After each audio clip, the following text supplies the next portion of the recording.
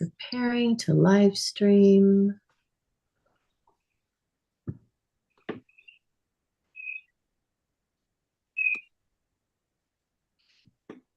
Okay. And we are live. Welcome, everyone. We are excited to be here. Djehuty, Hanna, and Elasa. I. And we're talking about STARConsciousness Acrograms using language to vibrationally align with abundance. And of course, we're going to align to so much more, but we definitely realize in the highest of real eyes, real true eyes, that the way we speak and how we recode these words is priceless. It is the true abundance, true currency. So I'm just going to pass the mic to each of us. If you could just give like a download, upload of who you are, and then we'll dive in. So how about Djehuty, could you share a little bit about you, and then Hanna, and then we'll go in. So I am aSTAR, Djehuty Se Hotep, and star because that is who and what you truly are, a star, a soul that alters reality. And we're going to take a deeper dive into that, but I'll just give a brief description of my name, Djehuty Se Hotep. Its origin is ancient African Kemetic, and Djehuty translates to mean cosmic mind or divine intellect. Se, addressed as, Hotep means supreme peace. Together means one who makes peace of mind by reconciling opposites. With that, I'll pass the baton to aSTAR, Hanna. Aw, I love that. That's gorgeous. Yeah, we really are all stars, and what a beautiful way to just think of us all as stars, and we love each other, and star love is what this whole reality is, just stars loving each other. And like what a beautiful vision. I got that download about a month or two ago, connected to Alcyone, and it was in Alcyone, all see one as love, as the love of stars. Yeah. So that was gorgeous. And yeah, my name's Hanna Elliott Spence. And gosh, I feel I've journeyed far and wide around this planet, done lots of different jobs, met so many types of people and cultures, and learned different languages. And right now I'm really focused on advanced medical technology that is preventative wellness, and how can we work with meditation and being guided to rewrite these stories from our childhood. How do we rewrite the story and then step into the identity of the person that really was their past, and learning the physics of how this really works. This is actually physics behind this concept that supports these more spiritual endeavors that we partake in. And so the unification of science and spirituality for me is near and dear to my heart, assisted by this Planck fire formula, newly discovered by our amazing colleague, Dan Winter. And learning his material and assisting others, to be, as I learn it, attempt to assist others to learn it in a simple way. And that way it strengthens my own wisdom. And then they help, if I make a mistake, people can call me out. It's like a big study group that we're all really wanting to gain this wisdom of this new branch of phase conjugate physics, brand new to even the physics realm. So it's super exciting to be on the cutting edge, to be a beginner, but to be on the cutting edge, yeah, and to get to meet amazing people like Djehuty and Elasa. And the work at the center is just, if anyone just really wants to know what is the most, basically the best guided meditation you could experience on the planet, you need to experience one of Elasa's guided meditations, because it's another realm. That's what she's doing. She's guiding people to another realm. And so, meeting Djehuty in Missouri, just walking into the center, it was like, hey, tribe, I love you. Where you been? We're all coming together now. And so, yeah, so Elasa, pass the baton. I'll just share a little. I love this whole conversation, star consciousness, and getting to be blessed to meet Djehuty just recently, and like knowing that we were Star Tribe right from the front and center is like, it's just exciting what we're entering, because it's like what you just said, Hanna. We're walking each other home to love, like the eternal realm of love, and we're remembering, oh yeah, we've always been here in this, above the dome, above all these like layers that we defined, and we're like popping through and popping another through another veil, another, and like, oh right, we've been here all along. Our eternal self has always been here, and that's always why we had this like inkling, or not inkling, this little nudge that we knew there was more. And we're like, well, I don't know if I totally agree with what you just said, collective. And like we just kept knowing and like standing really tall in that. So I've been like you both, the reflection that we hold as pure love and light and allness, isness. I've been, guided from a young age to just like really do that, like question what was in front of me. And I was definitely unique in giving high guidance from something deeper and higher within myself. As a 5-year-old, I can remember giving advice to adults and really guiding them, off the ledge. And so that led to several near-death experiences and writing tons of quantum healing books and teaching over 30 years to really, and just channeling and guiding, not so much teaching us, we're just guiding us home and like reflecting back like highest potential words and highest potential intentions, and true intention, like pure heart and love intention, wholeness intention to others, to remember that they truly are the already whole, already well as an eternal soul. And if they just remember that, they instantly have these quantum jump healings and allow themselves to be their best version. So I'm so excited to be back in tribe and at the center with you all. And like, just, I love people that always tell me I'd have people coming wanting to like do big marketing, and I'm not opposed to that, but I was always reminded like the true marketing is just us shining bright as the star that we are, and then we naturally magnetize the phone call from Djehuty, and the magic couch spaceship of literally seeing Hanna in my mind's eye at 2 a.m.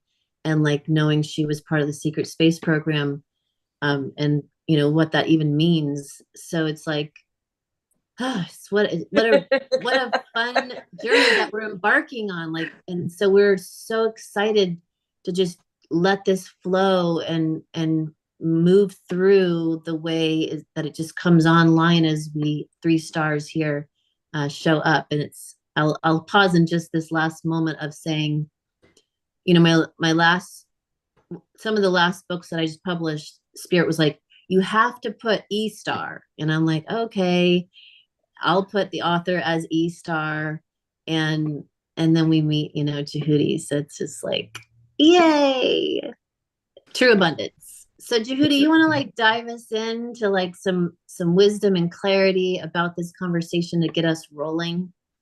Indeed, indeed. Well, let me just mirror back the pleasure, the joy that I feel in alignment, in divine synchronicity with your divine expression, with each of your divine expression as celestial light beings.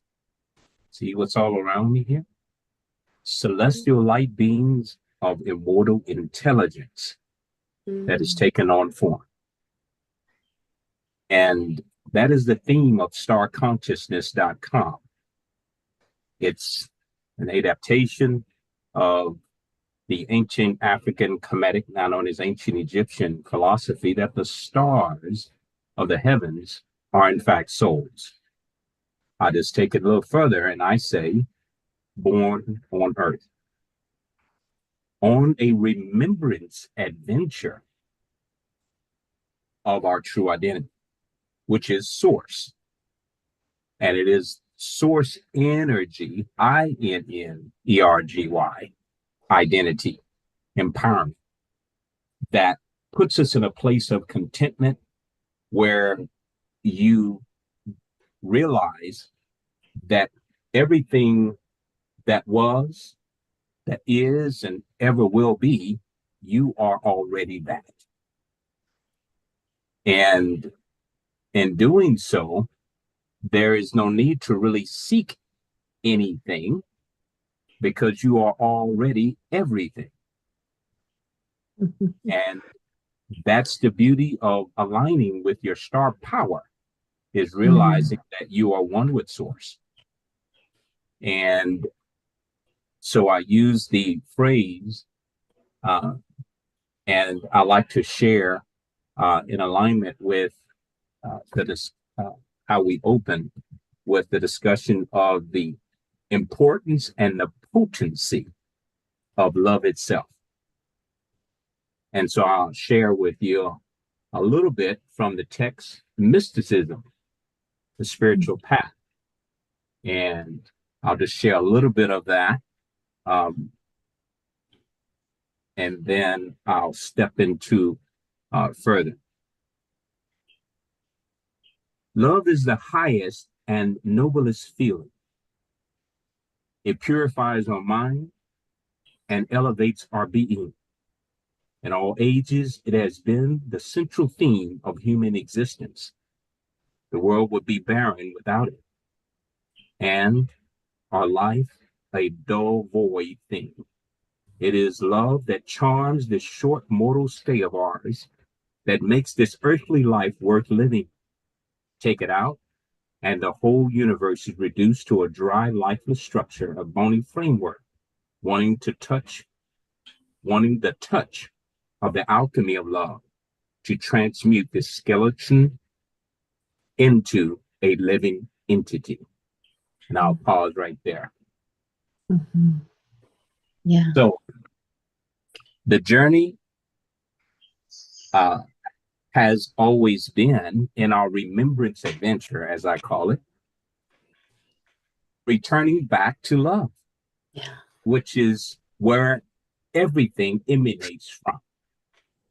And so I often say, when I begin a talk from time to time, I'll say, you have to go black to get back to who you are. What do I mean by that? Well, when you close your eyes, what happens? You enter into a black space where only consciousness exists. Yeah. Right? That's the going black. So you are no longer distracted by this holographic projection of consciousness, which is fleeting, which passes away. So when you go black, you're literally in your state of meditation, returning back to who you are by allowing yourself to enter into, and here's the first acrogram of the day, the womb. What is the womb of the Creator? WOMB, womb, the wisdom of matriarchal belovedness. Wow, that's nice.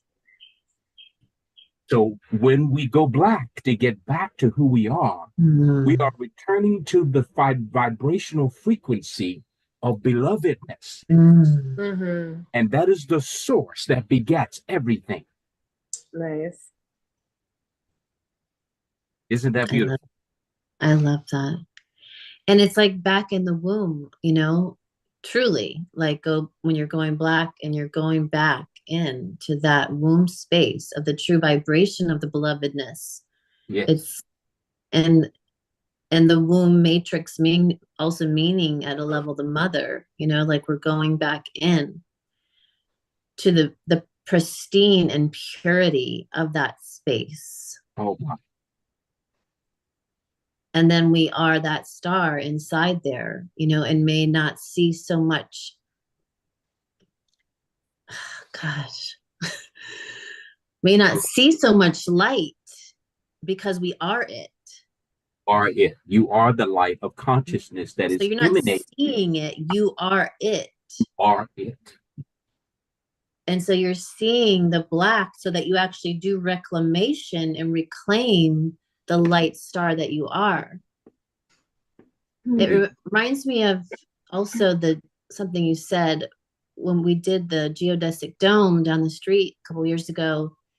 The retreats we would put on for Star Consciousness was we'd lay out in the dark night outside, and we would lay under the stars, and Source Consciousness was like, okay, Elasa, like make that star do stuff. So I was like, watch guys, I'm gonna make this star blink and move around. And I was just, telling it to do it with my mind. And then the star would drop into us. So we all practiced the star falling down into the being. And so I'd like to get y'all's perspective on that, because I've been wanting to like deeper dive on that understanding again, because it makes coming back in this presence of you, especially Djehuty. What do you guys think about that? I personally love communicating with stars, and I've had numerous profound moments of just standing out and looking at the night sky, and there will be a planet or a star that will just catch my attention, and then I tap into those, and then it's like I realized at one point I said, oh, each twinkle of that star, it's sending codes to me, it's connecting, it's conscious. It just became very clear one moment of the consciousness of that star connecting to me on a consciousness level. And so that was, and planets as well, and then really feeling like, wow, that planet is really reaching out to me with love, and reciprocating that, and feeling like a really novel experience when it first happened to me. But yeah, Djehuty, how do you feel about that? I say that it is you in reality interacting with yourself. Yes. In the form of stars or planets. Ooh. Because only consciousness exists itself, and everything outside of you is I'll use the word mirror, because it is a lower vibration, a lower frequency.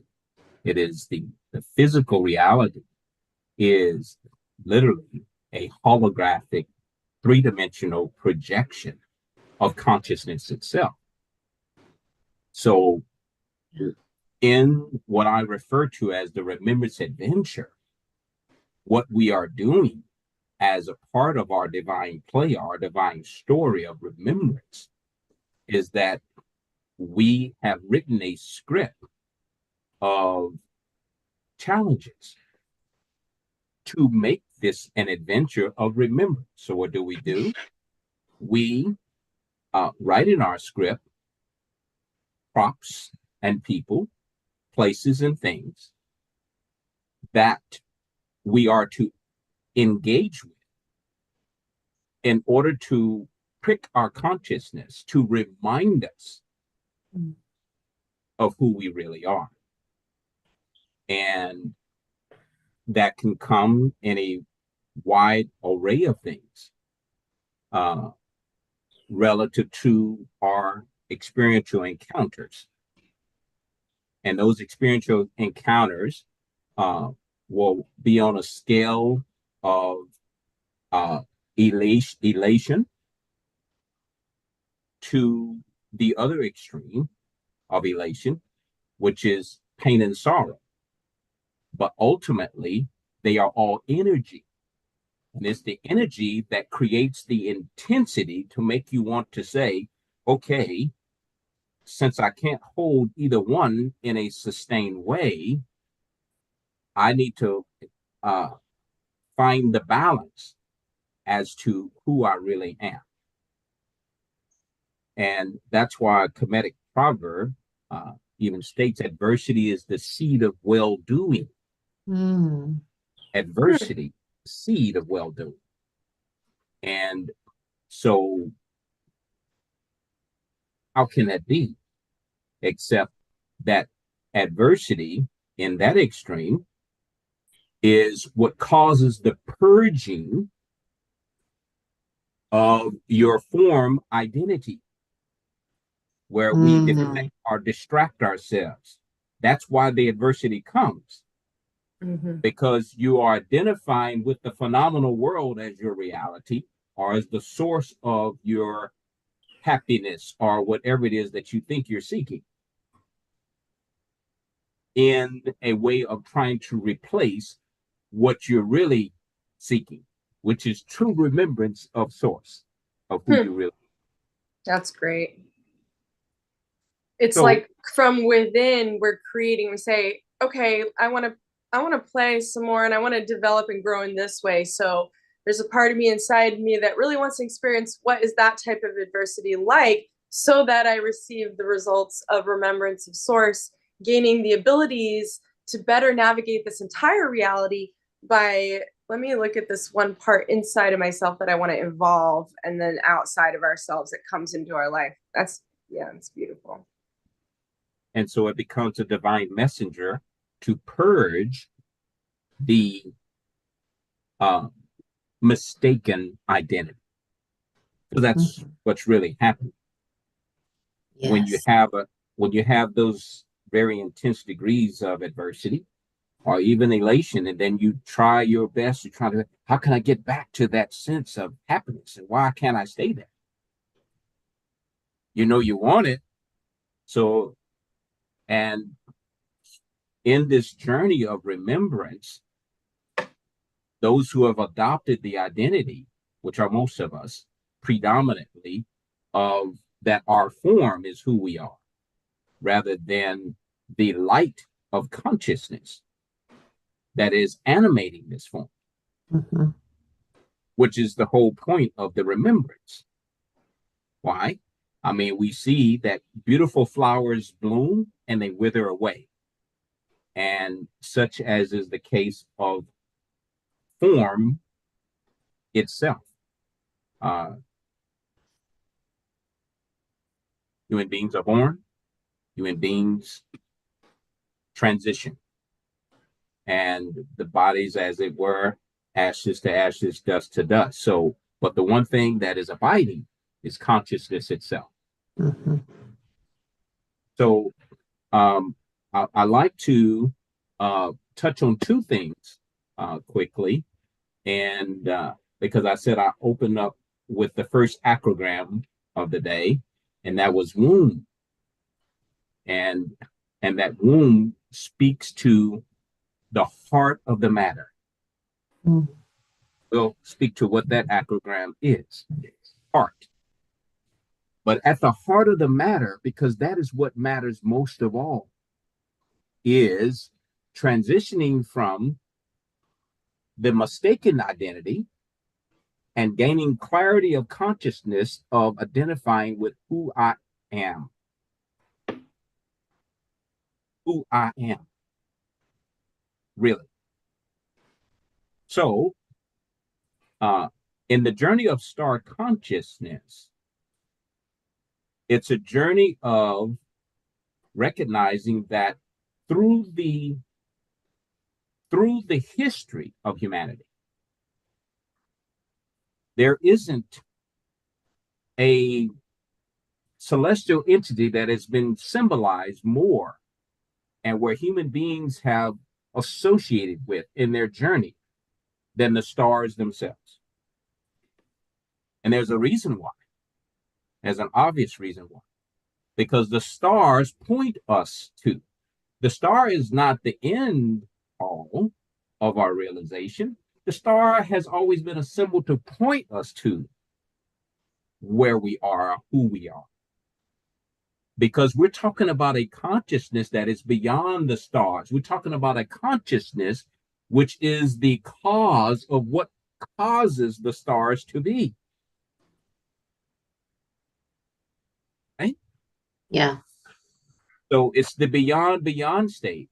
It's beyond the stars. We're talking in reality. So when you go to my website in the video section there is a short excerpt of the astrophysicists talking about their discovery in their observation of the Webb Space Telescope. Now, for those who are familiar with that episode, it was aired on 60 Minutes just last year, and I'll just real quick summarize what the lead director of the research of the Webb Observatory stated. He said that which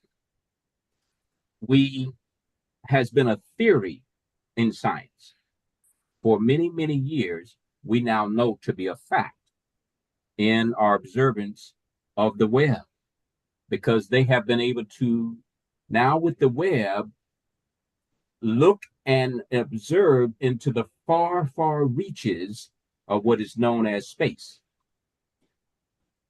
Another acrogram we'll touch on. And what he said we discovered in our observation is, get this, the birth, for the first time, we now have observed the birth and the formation of a star. It's no longer theory now. We know for a fact that there are 3 essential elements to human life on Earth that only are derived from the formation and the birth of stars themselves. Wow. And those 3 elements are oxygen, iron, and calcium.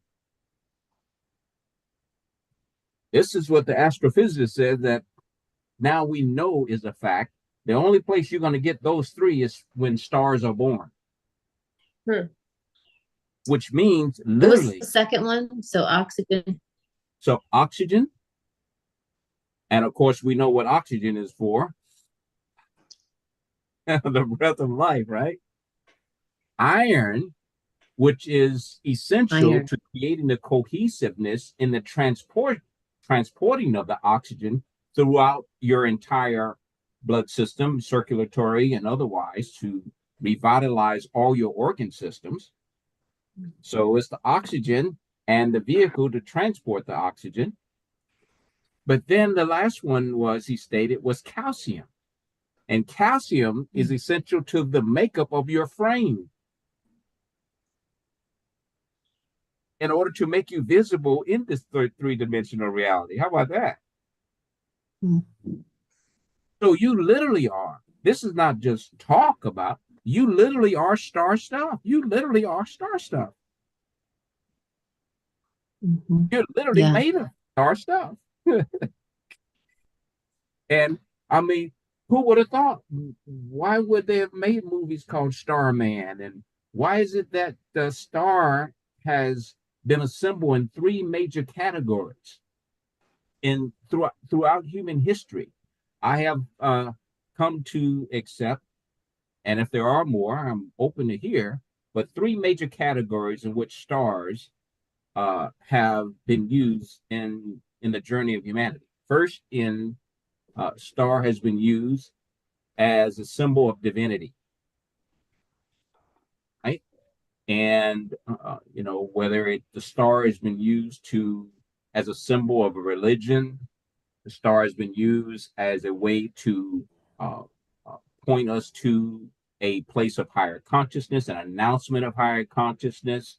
Star has been used to announce the emergence of a great awakening, etc. That's one category, divinity. The other category is excellence.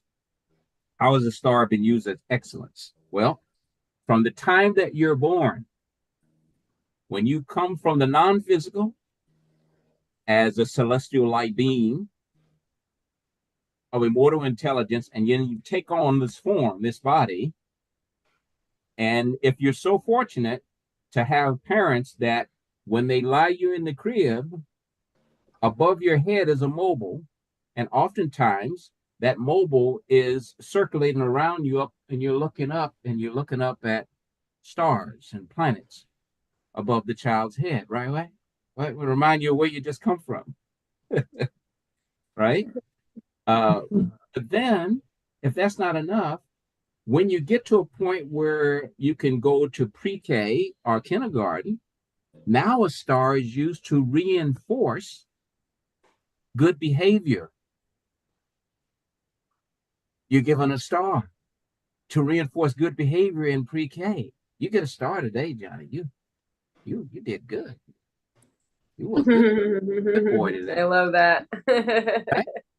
And then when you begin to now remember your alphabet and your name and your colors and all these things, now STAR is used to reinforce academic performance. Mm-hmm. And you get different color stars. Right? See, all the laughter is because we've all experienced this, right? Mm-hmm. Yeah, you get the gold star, and then there's the silver, and then maybe That's bronze, right. I think, right? Yeah, and, just like the green and the blue, and you get all these different choices and colors of stars. And so it has become archetypal. Our intimate relationship with stars is so embedded in the human journey, truly. Mm-hmm.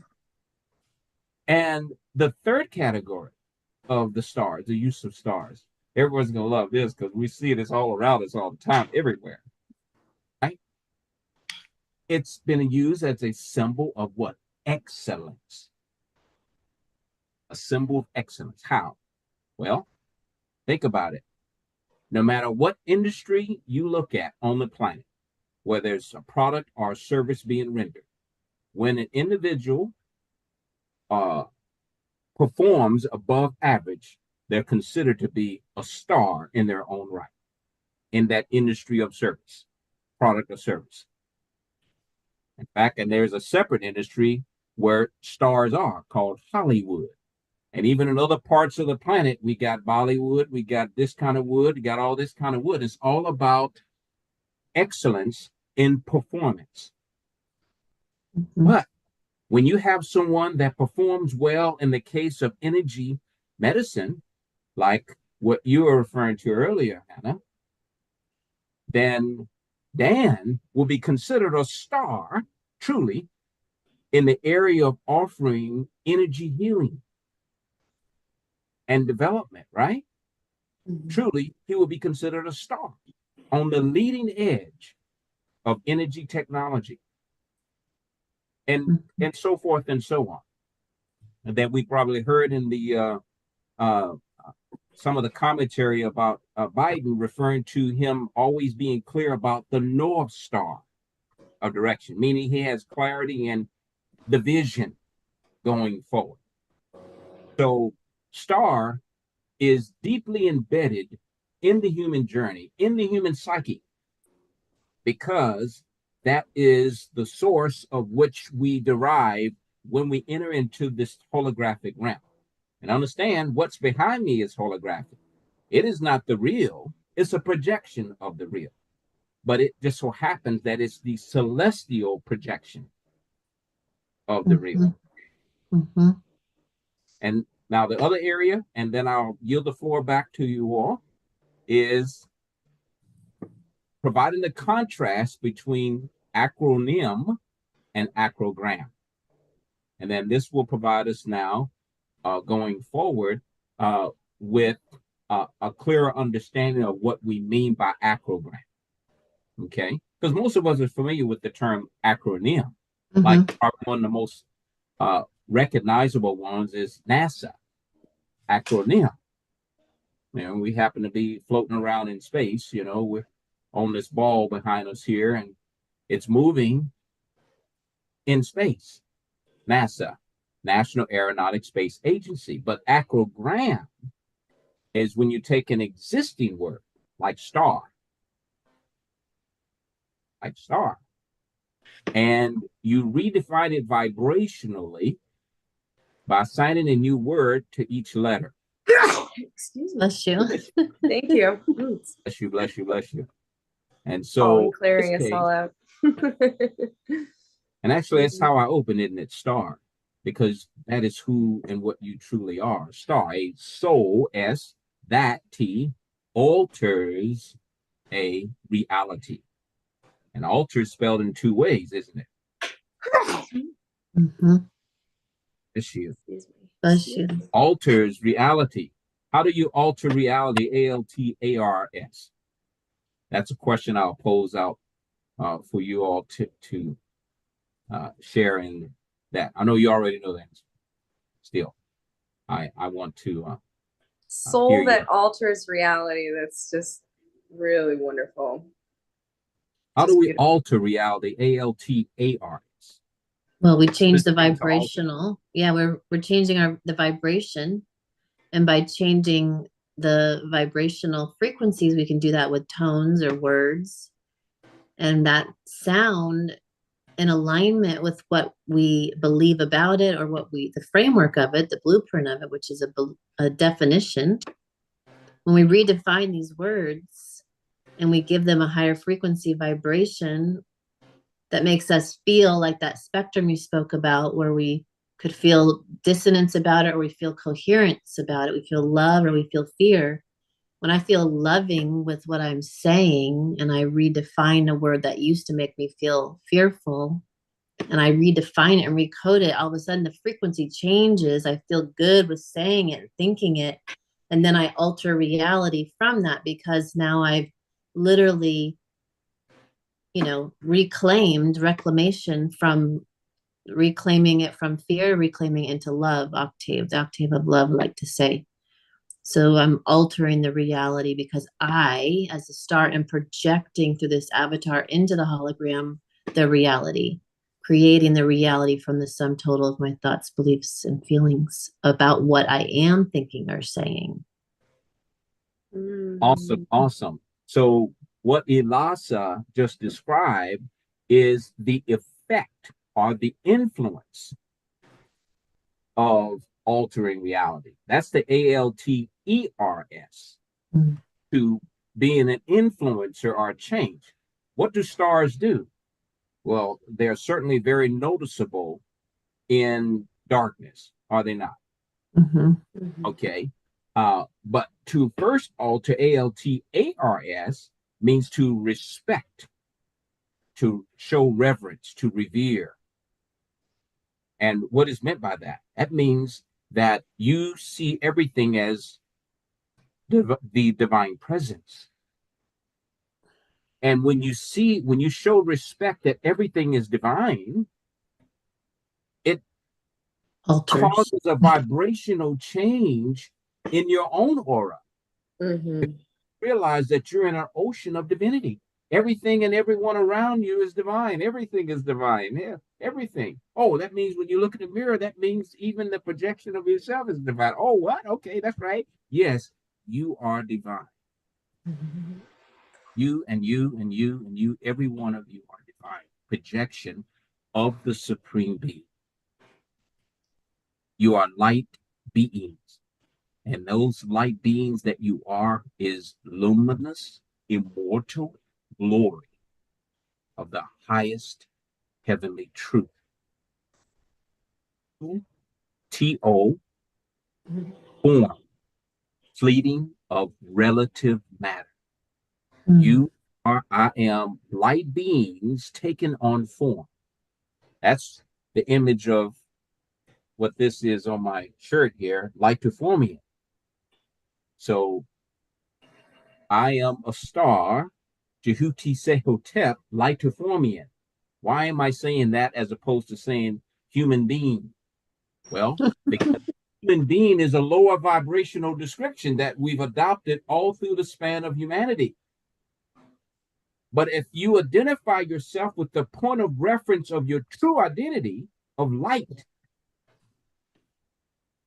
that's taken on form, now you recognize the source of who you are. And when you operate from the source of who you are, that puts you in a place of true identity and empowerment. And when you're in the place of true identity and empowerment, now you find yourself in increasing synchronicity. You find yourself in increasing vibrational synchronicity of all the things that you ever wanted to do. Just comes and flows to you in a natural way.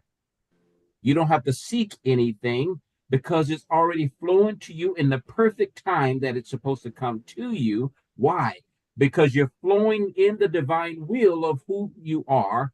And in doing so, it ignites your purpose and your passion of being.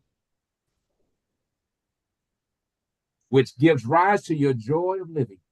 Yes. And that is where the slogan comes from of the Light to Form in, loving life, living love. Yes. Ooh. You step back into the star that you are. You're the conception point of that is. So by identifying from that point of reference of truth source that you be, you then are in harmony and you are in neg entropy of all that you truly would have had as is for now to be received in the most high experience. Every now moment it magnetizes to you one after the next. So we are in the loving light from that source, knowing that we have the power to recode and reclaim and re-identify every single particle that we would ever tonally, vibrationally sing the song of light be true. So that is the true currency. We are the literal moving instrument that's bringing about true source that I am in a flow of light particles that then creates instantly, because we know that we are the divine creator, right? We're in the formation to actually line it all up. And that currency, that is the true money. And that's kind of here we are with this conversation of like, oh, my goodness gracious.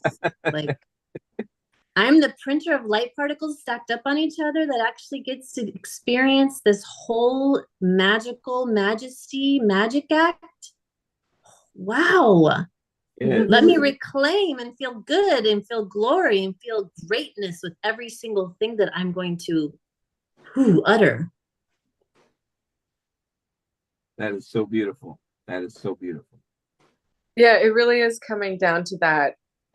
We always talk about this Planck level point of implosion with our focused attention, our awareness, our consciousness, which is literally a vortex. And where, we focus our eyes, for example, or where we focus our mind, that is the implosion point of the vortex.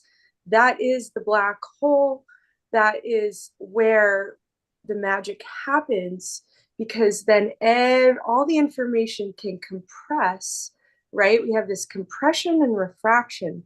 So much of our reality, inward, outward, with this vessel being the lens, and then we can look outward and experience this reality, like you're saying, Elasa, just, wow, this is all for me. I get to just have fun and be a light to form me in, or Venusian, or human earthling, or whatever. This, yes, I love this, choosing the words that how we refer to ourselves, because it's just play and fun. But having this vessel, this avatar as the lens, and then do we want to look that way in the lens? And that being perhaps with this outward expansion, and the yin and the yang, we have the outward expansion, then we have the inward going in, and it's entirely this inner realm that is equally as rich as the outer, because it's one and the same with a different lens of perspective. Are we going to look in and look out? And then it's a puzzle, it's a game we play with ourselves of, I wonder what it would be like to experience that. And then we have something happen in our life, and then we're like, oh, what's going on? Well, at the other end of that is what we said we wanted to achieve. So sometimes the bridge or the path, it's unexpected. Oh, I have to go up that, I have to climb that rock face. Yeah. And it's like, come on, you can do it, and it's going to be worth it, right? And so it's like, and then we walk up, oh, okay, it's not as steep as it looked. I can kind of scramble. I don't even need any ropes. I've done a lot of rock climbing, and so sometimes the mountain metaphors come in handy of, being out in nature, and I want to go, what's it like up there? Well, so yeah, so this inward and outward, and it being one and the same, the inner world. Djehuty, when you were defining womb, or when you were doing the acrogram for womb, I was really tapping into that. Oh, okay, this is this feminine, whether you call it masculine, feminine, yin and yang, outward, inward, it's, it's sort of irrelevant. It's just sort of using polarity as contrast, and then we experience the whole range in between. But the other thing I wanted to say, when you were talking about the scaffolding, and I've had, you know, third eye visions of this. Actually, it was a lucid dream where our friend Tufan, he was, you know, we were connecting in the astral, and he gave me he basically showed me, you know, this way of looking at the world. And he told me his name, and it was I woke up right away. So when I looked up his work, I saw that sacred geometry is what he's all about. So we start having these experiences more and more, that we tap into that true authentic nature of ourself, which is that Planck point of, you know, our star within, our connection to source, the portal through the heart. And we're all identical in this fractality. We're just a fractal of source. We're source experiencing itself as rich, beautiful fractals.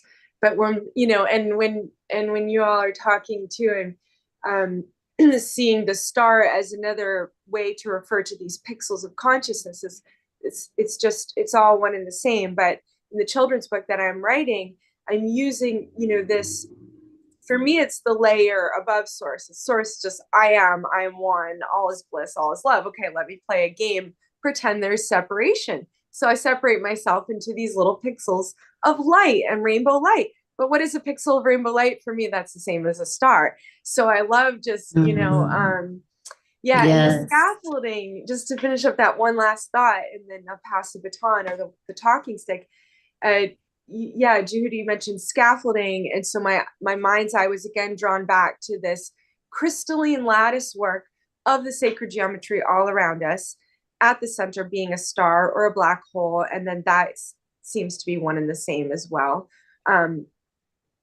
Then this is where we go to that Planck point of implosion, and our ability to make ourselves so tiny like that directly correlates with our ability to embed in the entire array, which is also the same way of saying our aura becomes massively large, that we just feel as one.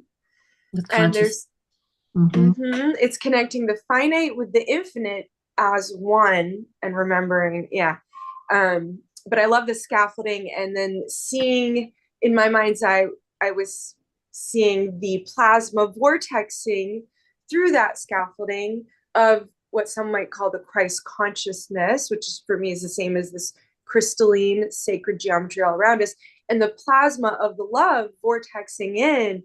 You were just describing it, and you were using words, and in my mind's eye, I was seeing the plasma vortexing into the scaffolding of the sacred geometry, and it was just really gorgeous.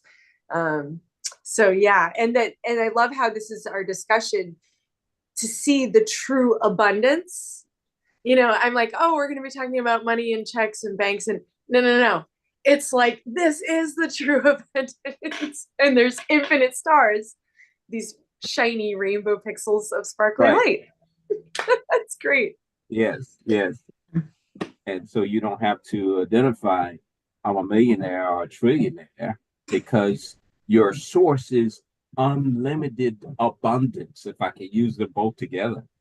I'm a starionaire. Starlightionaire.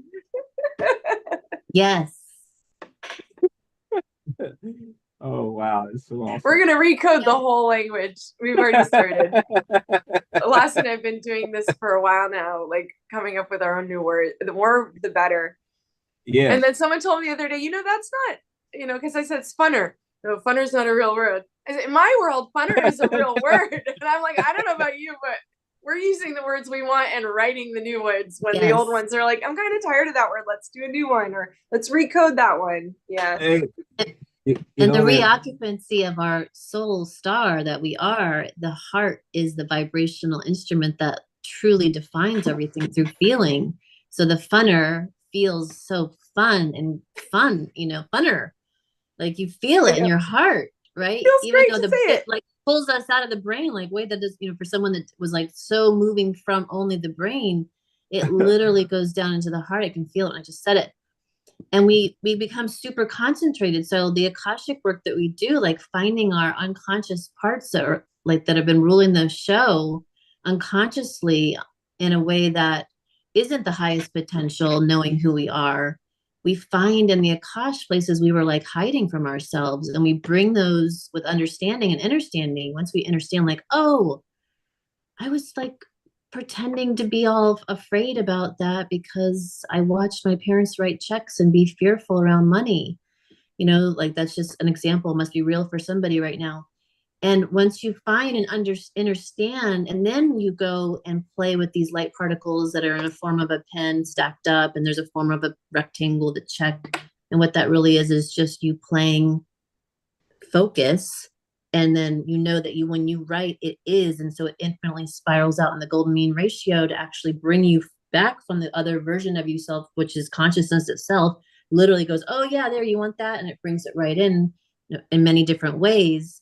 But when you find where you lost your star essence, it fractured and fractaled out and like gained heavy, dense weight of fear around that activity from 2 years old to 8, when you watched your parents write checks in fear, you can go, oh, I no longer need to do that anymore. I now reclaim the soul essence I am of the star particles. And they literally, now we know through these quantum mechanic cameras that we literally watch the star particles actually come home centripetal, and they move through the toric field and they scaffold out on the golden mean ratio 4-dimensionally and beyond the beyond. And they literally constantly are going from infinite beyond back to plonk, infinite beyond back to plonk. And we literally become orgasmic in our whole expression and experience of the receptivity to receive ourselves as this star coming home. So it's like, oh, so good when we redefine all of this. And then we see another brother, sister starhood, like literally arrive, and we can be in joy and be in bliss and play in this way as the feeling version that's arrival is here. Then we have just this massive synchronistic dance of like massive, true, rich abundance. And I'm going to pass the mic on this one, because what was rich? Tell us, rich, the acrogram. Regal, illumined, compassionate, and humble. Regal, illuminate. What was the second word? Illumine. Illumine. Can you spell that? ILLUMINAT. Illumine. Oh, illuminate. Illuminate or illumine. Oh, illuminate. Okay, because I was hearing illumine, and I thought, okay, maybe that's a new word that we're again. Yeah, well, which is all good. And and let me just make a quick interjection in alignment with this. What we're doing here. The beauty of what we are doing here is what the ancient texts often talked about, is that in order to enter into the kingdom of heaven, you have to enter as if you are a child. What is a child? That's a childlike, a malleable, but also too a very flexible personality, where you open yourself to infinite possibilities, infinite imagination. That's where the child is. And this allows you to feel good about being childlike, because it's only in the childlike nature can you tap into, another acrogram is heaven. We'll get to that one. Can you experience heaven? That's beautiful. Yeah. Which is what? I'll just say heaven, and then we'll come back to again. What was asked of me a moment earlier? Rich, yes. So rich in heaven. Okay. So heaven, what could heaven mean vibrationally? Because it's been used so often, so much that it's kind of lost its meaning and feeling, right? Heaven. What is heaven? Well, I define heaven vibrationally as healing energy, affirming victorious energy now. Ooh, I felt that coming through the screen. I felt that coming through the screen strong. That was great. That was like a healing energy, affirming victorious energy now. Yes. That's a major activation. Not right in the sweet by and by, not in the pie in the sky, none of that crazy stuff. Yes. Heaven is now. Yes. I love it. Now. That's great. That's heaven now. I love that.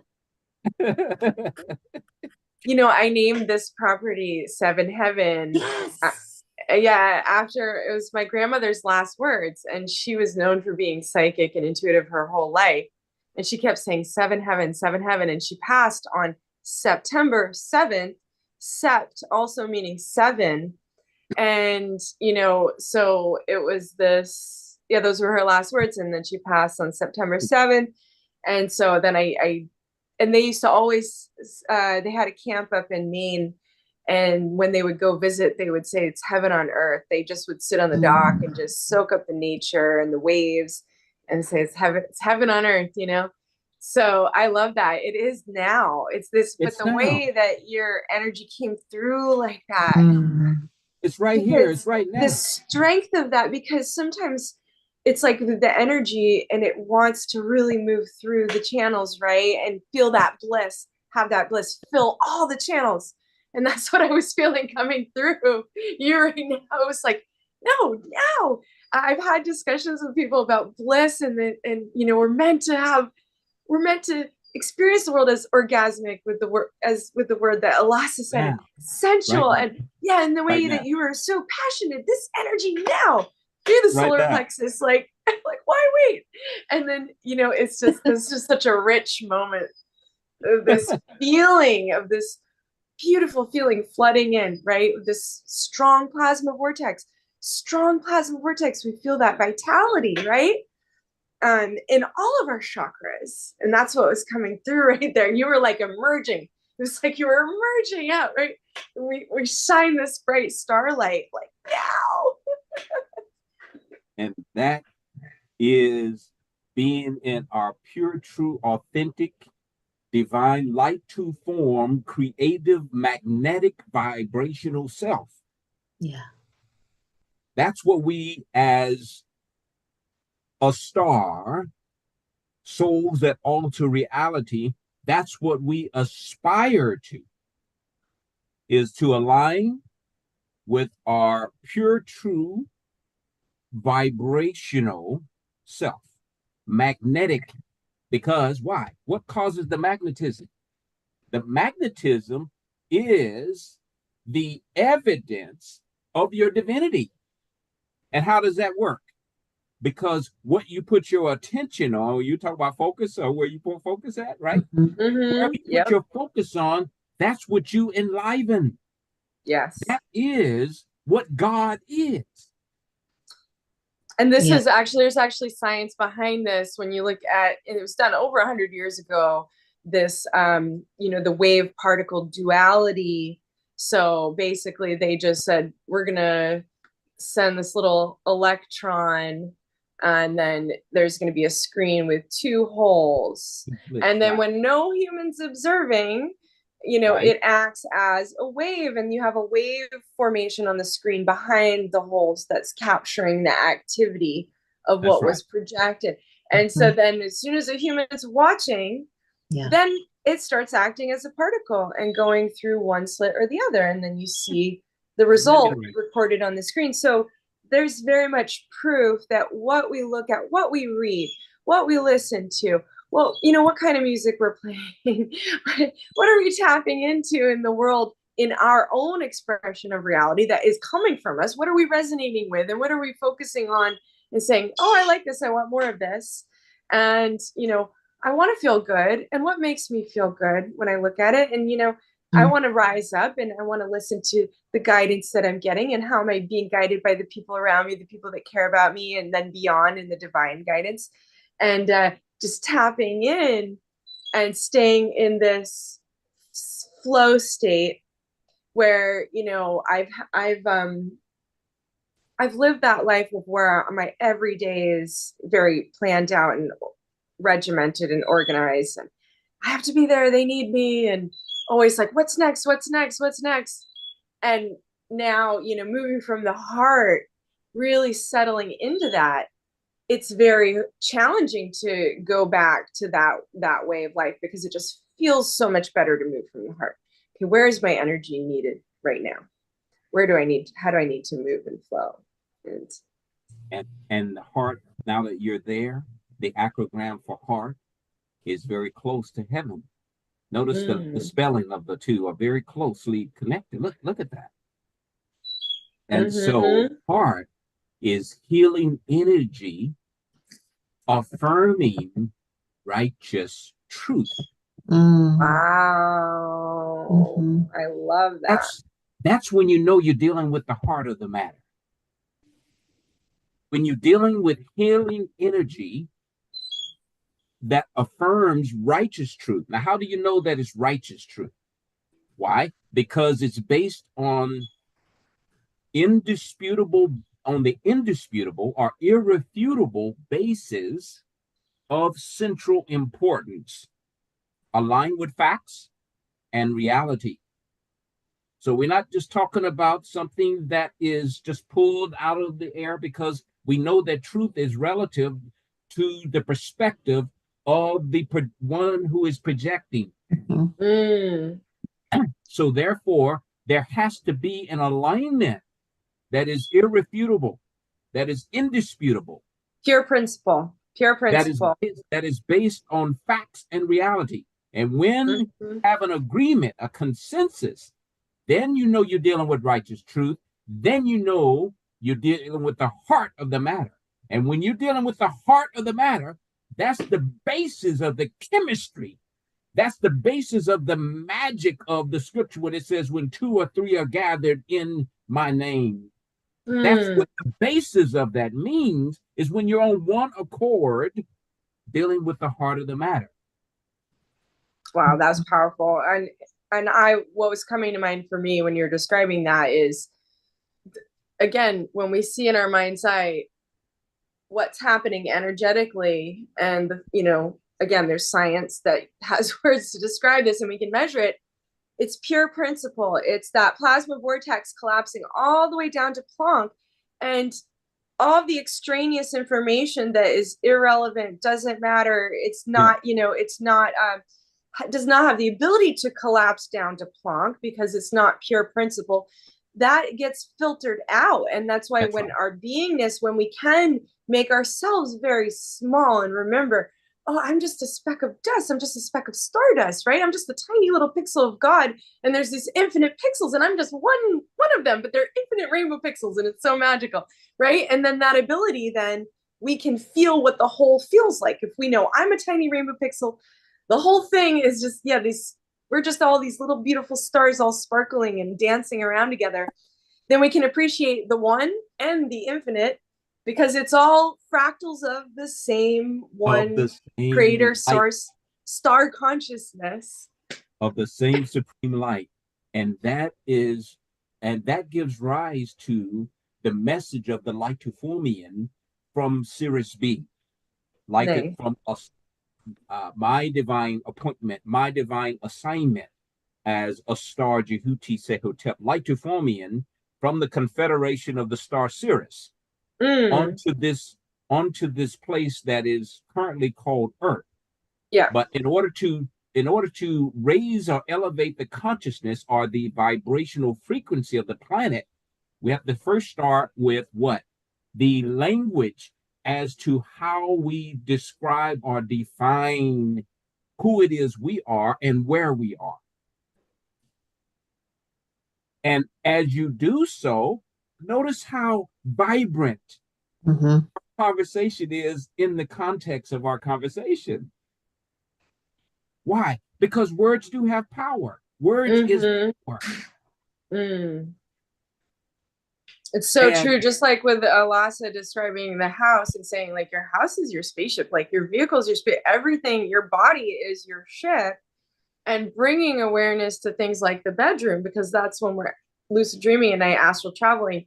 we're leaving our avatar there. So, you know, if we know our avatar is safe and protected because we put all this intention, but you're right, shifting our language and upgrading expressions and phrases, because there's many in English. We probably have the most work to do of all the languages with our, we inherited a lot there, or there was a lot of something going on, so we can have the fun of it, of what's the right side up version of that expression. For example, like Elasa brought up the killing time, and I said, oh, we're creating time now, we're birthing time, right? Yeah, so that's what the flip. Say. That's flipping the script, getting it to the heart, and then going to the pineal for heart mind coherence to actually properly use the toroidal field to project out and be in the wholeness in one tone, one accord. But when you can't get to the one accord because you're tapping in below the heart, below the pelvis, and from fear-dominated four corners that were defining in books and definitions, it kept people out. Because they were like, well, that's what this means, you know, and then they didn't even know like what it really meant. We went and looked it up deeper, you know, and went to the etymology, and you're like, whoa, what was I just saying? Right. Like, so like it got bound. People got bound out from their heart. They can't even get up there because they don't even know what they're saying. That's right. And when I'm saying and speaking from true source as a soul, I could say truly whatever I be, because I'm aligning it with the feeling and my heart is open. And then I reoccupy and I actually become the dominant mover and shaker of this whole experience, regardless of what the definition is because I trump them all, because I'm not bound by any of them. And then I then become the redefinition, because I'm moving from true feeling of the black hole, of the galactic center, of the avatar. And then I literally start, you know, occupying this whole experience. And then that which I say, and I put some attention and focus, like us three doing this individually and collectively, and we redefine the acrograms, etc. We literally then create new potentiality for others to literally go, oh, wait, I felt that. And they can lift up and remember what it felt like to be a child again that imagines its way home into true enlightenment, right? Because they enlighten when you use this part, the imagination. And when the imagination, the vision, the blueprint feels good, that child's lit and it's a star, and it's literally birthing out all those projections, and they're having the most magical time again. So there's like so much of beauty and grace and gift in giving permission to ourselves as stars and to all other reflections that are truly eternal, immortal beings of starlight potentiality, infinitely creating bliss and harmony, that when we give permission to ourselves and the reflection of the other, they can truly, literally, all of a sudden create majesty out of like what they felt was, you know, oh no, I can't, nothing's going to work out. They literally start to have everything reshape itself because it becomes malleable again above the heart, right? It's dense below the heart. If they're just transverse waves out of those energy doorways, those, you know, part of the vessel, through eating, sex, drugs, and rock and roll, basically, they get bound from that and thinking those addiction patterns are all that was it. No, you have so much more. It's pure infinite potential of you just feeling good and like having a pure word and intention and a pure vision. You become so magical. So the true currency is heart, mind, coherent thoughts, feelings, you know? Wow. There's so much here, isn't it? It is so much here. Wow, just vibing in a moment to just feel for a moment, just feel the energy and the frequency in the moment, just feeling it. Absorb what was just said there.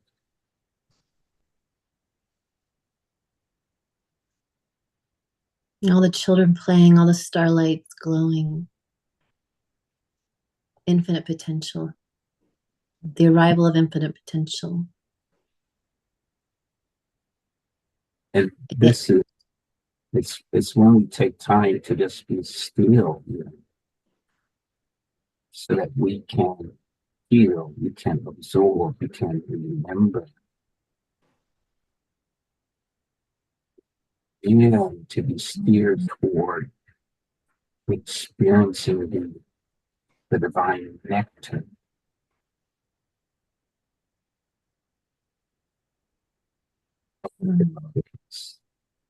of which we all derive from.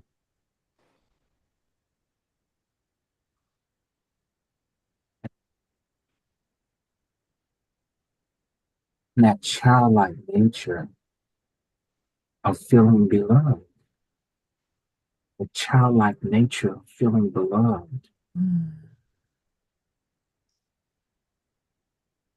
no matter what situation, experience, circumstance you may encounter, you that the end of this episode, whatever it may be, is a lesson of belovedness. Because that's all there is. It's in that place that we begin to experience the real juice, the sweet juice of life itself. And in that, we enter into a perpetual cycle of loving life and living love, because we know that we are emanations of the belovedness. And there isn't anything else. Belovedness. And everything that we experience, everything that we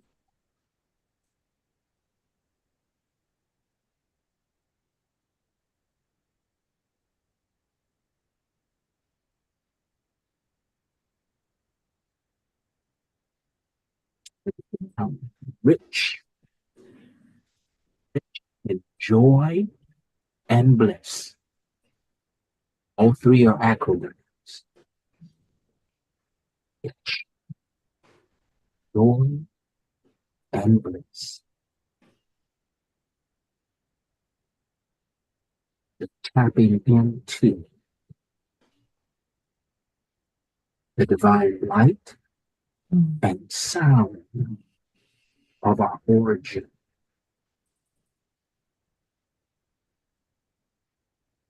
The more we get from the well of belovedness in our meditative practice, when we go black, another. The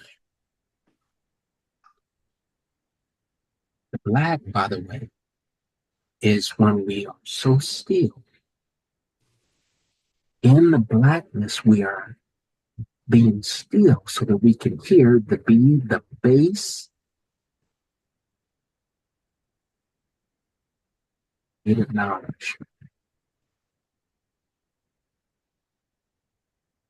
It's blissful base language. That blissful base language of abundant creative knowledge, that's the black, is what the Eastern Indians call Om, that I define as an abbreviation for omnipresent, omnipotent, omniscient, everywhere present, all-knowing, all-powerful. Omnipotent, omnipresent, all-powerfulness of the own practice of utterance to tap into the womb, the wisdom of matriarchal belovedness originated from the AUM of the ancient African combatants. And when you utter you can even feel the difference in the vibration in the pineal gland. It's an acrogram of the abundance underlying matter. That is source. Source is the abundance that underlines all matter. It is omniscient, omnipresent, and omnipotent.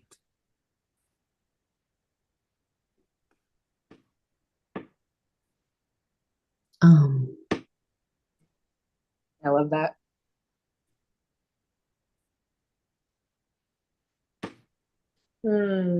So beautiful. Thank you. Yeah, that was amazing. I had to open my eyes because we started to go out and Source said, open your eyes, you need to focus. Because we went so far into the array and expanded into beyond the beyond that we almost were not being heard for a moment, or we were, but on the inner planes. So Wow. I'm so grateful. I really am honored that we came together in this way, in this trine, the divine, to bring harmony and bless up each other. I'm so grateful. Thank you, thank you, thank you. I would love to do this. I would love to get us together again soon. Yes, for sure. Continue For sure. this conversation. Yes, indeed.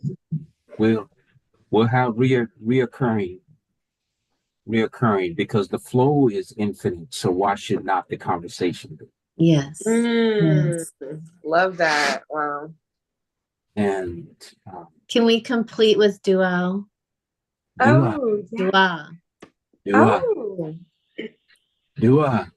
Adoration to the divine presence, as you are stars in your own right, souls that alter reality, luminous immortal glory of the highest heavenly truth taken on form. Dua. Wow. Amazing. Blessings. Blessings. And let's share to everyone. And let's share with our audience how you can introduce yourself to the concept of acrogram-ology, as I call it. Yes. Which is what I refer to as the first step in understanding light to form-ology, the study of the fact that you are a light being, first and foremost, that is taken on form.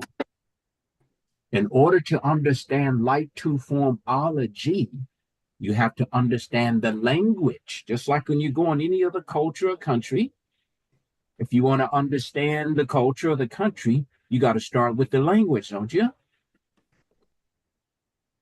Yeah. Thus, the language and the language of the light to form in is acrogram-ography, which is the vibrational redefining of words. And there's over 100 to introduce you to that you'll find on STARConsciousness.com.